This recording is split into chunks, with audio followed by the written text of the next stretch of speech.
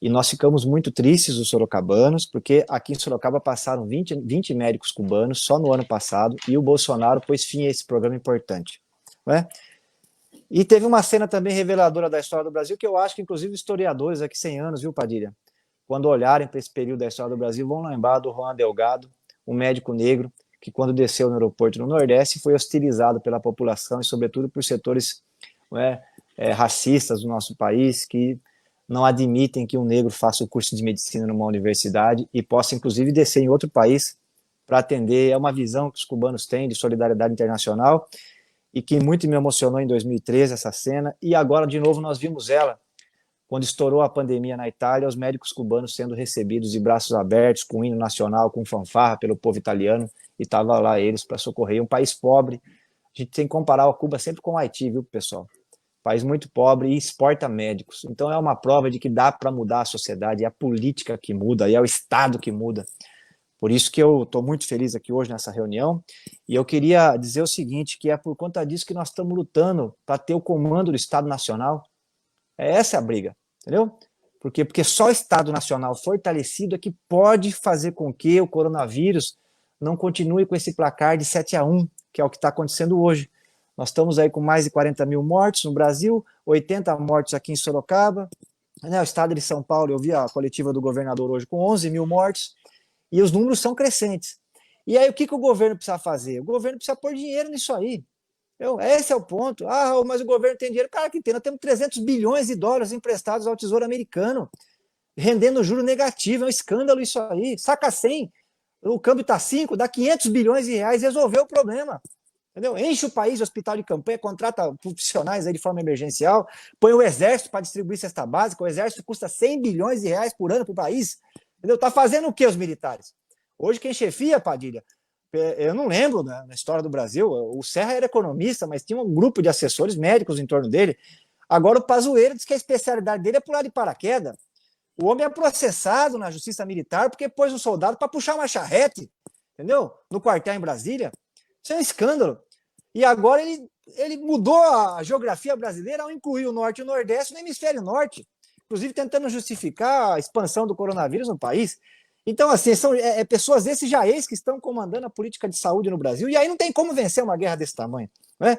E o França pergunta o que precisa fazer. Eu acho que nós precisamos converter todas as esferas do Estado, tanto o governo federal, que infelizmente com o Bolsonaro não dá, porque nós estamos defendendo o impeachment dele já não é de hoje, não é? Com o Bolsonaro não tem condição, né?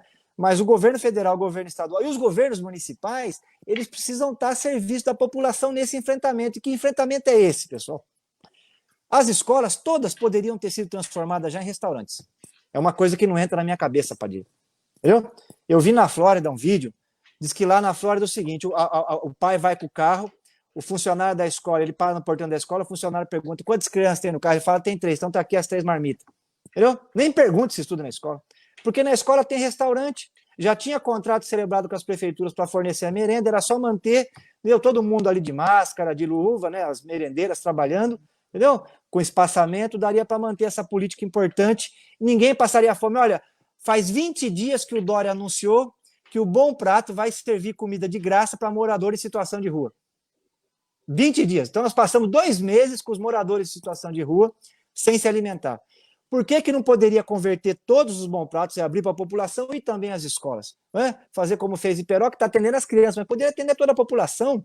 Nós tínhamos, Padilha, em janeiro, 50 mil desempregados em Sorocaba. E no Brasil, 13 milhões. Agora, meu Deus do céu, entendeu?